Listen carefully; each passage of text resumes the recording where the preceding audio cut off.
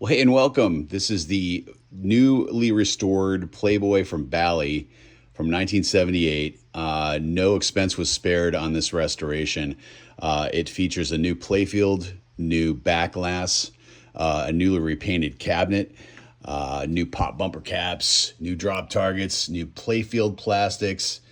You name it, it was pretty much done on this game. All the boards have been gone through, new MPU, new rectifier board, rehabbed solenoid and lamp driver boards, new soundboard, manual schematics, whatever you think you need, you've got. And everything from the coin door has been gone through to every mechanism rebuilt, every switch cleaned, every coil sleeve changed. It's just a stunning example of pinball at its peak back in the late 70s. And from my favorite manufacturer, of course, Bally. As you can see, this specimen is top notch. And what I want to do now is just take you on a little bit of a tour of the game, give you some gameplay, as well as answering, hopefully some of the general questions that you might have as a prospective buyer. So first thing I want to do is power up. And this is a little bit of a different power up sequence because it is an aftermarket MPU. And what I like to do with these Bally machines first is just kind of take them through the test modes. And the way that you do that is obviously by popping open the coin door. And then the first test is the all lamp test. One of the other things that's really nice about this game is that everything's been converted to LEDs. So no more incandescence. And not only do you get a more brilliant light package, but moreover, it draws a lot less power, a lot less stress on the circuit boards. And it just looks better. So we can see all the feature lamps are working, and everything's good to go there. The next test is the display test, where it takes you through a sequence of flashing every numerical sequence on all 5 displays. All 5 displays are brand new. They are LED, non-high voltage displays, so they'll not only last a long time, but they don't draw that high voltage that, quite frankly, can kill somebody if they touch the display in the wrong spot. So nice feature that you won't die from your pinball machine. That's kind of cool. Next test is the solenoid driver test, which will take you through the sequencing of every coil in the game.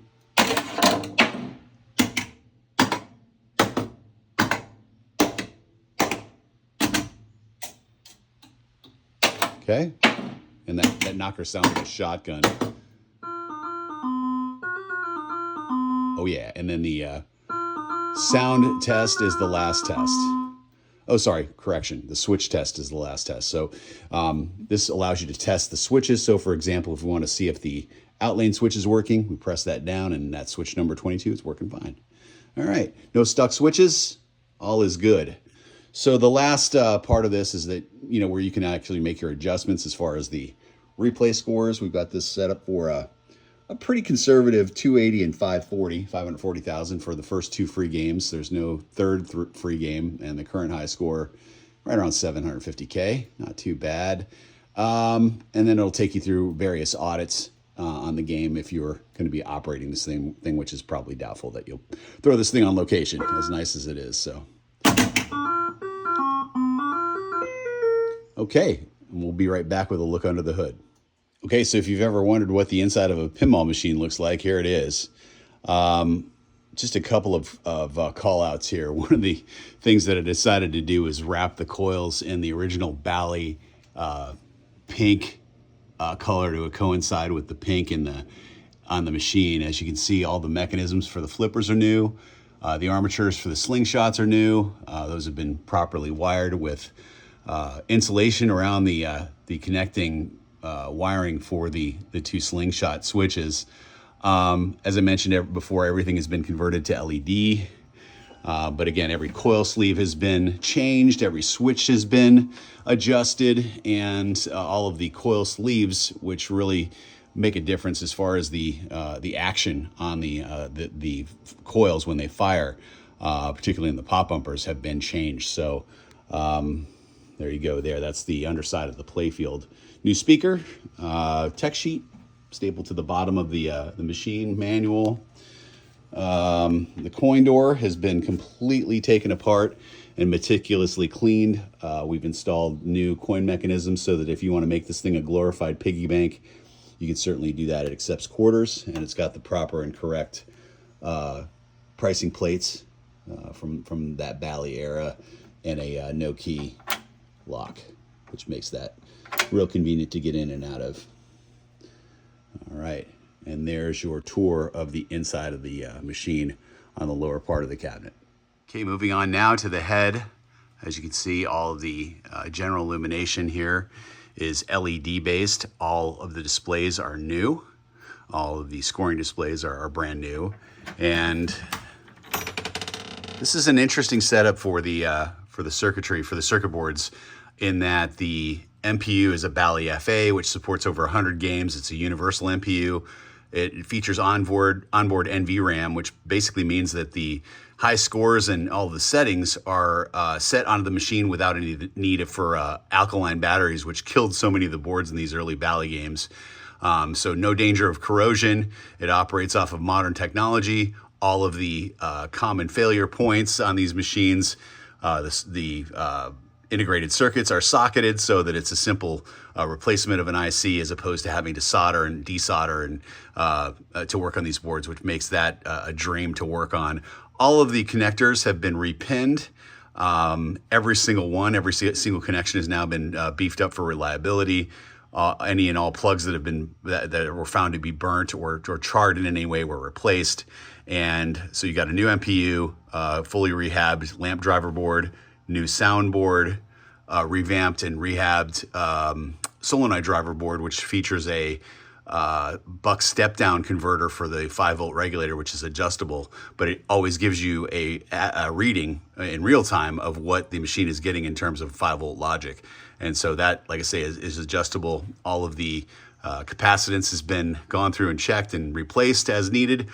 New capacitors as of looks like the 2nd of this past month. So, and again, all of the connectors have been repinned on that board, as well as the rectifier board, which is also new. So again, no stone left unturned in terms of the electronics and the infrastructure for this particular game. And again, set up for long-term in-home reliability for years and years and years.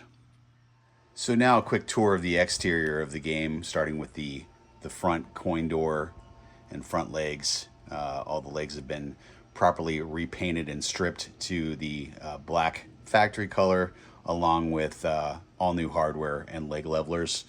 Everything's been polished and cleaned to not only show the patina, but at the same time make it look good. The apron cover for the playfield has been replaced with, and includes licensed Bally decals from Planetary Pinball, along with new score and instruction cards. Same goes for the shooter lane cover.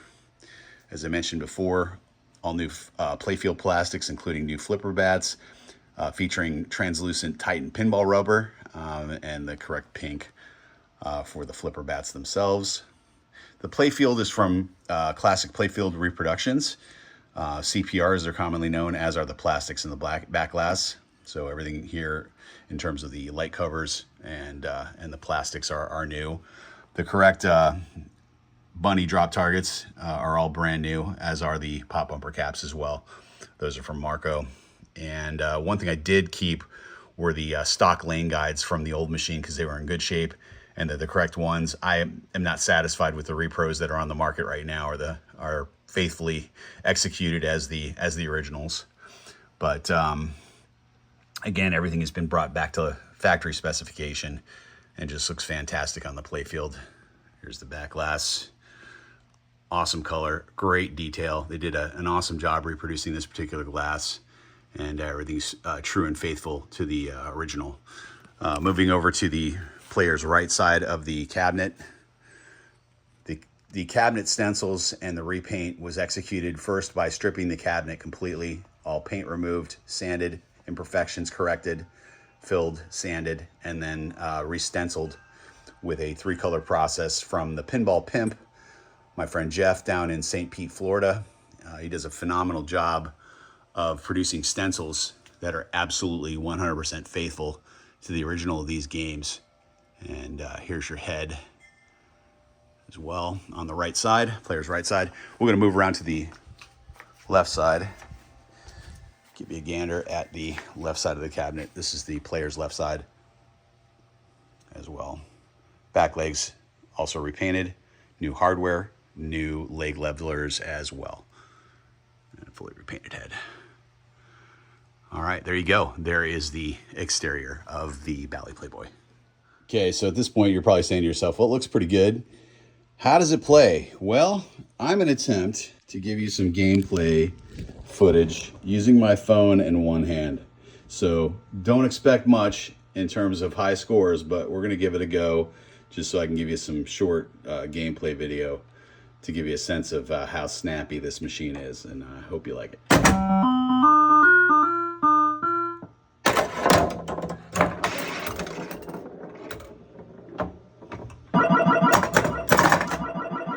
Yeah, sure. Okay.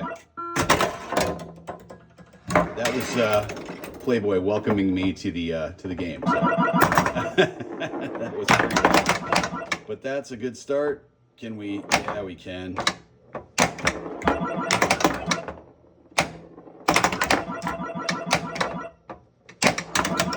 up there.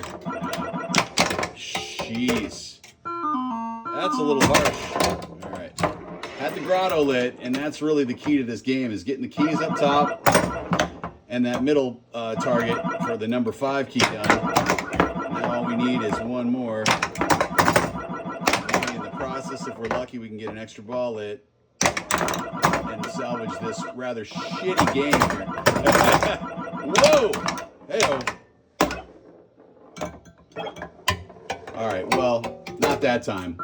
Anyway, if you have any questions, by all means, reach out. My direct line is 253-432-2825. This is Pete Herber of PNW Pinball. This has been a labor of love over the course of 200 plus hours, starting in 2025 and finishing up this month, May of 2026. So again, I hope you enjoyed the video, and please reach out with any questions. Happy to help. Take care.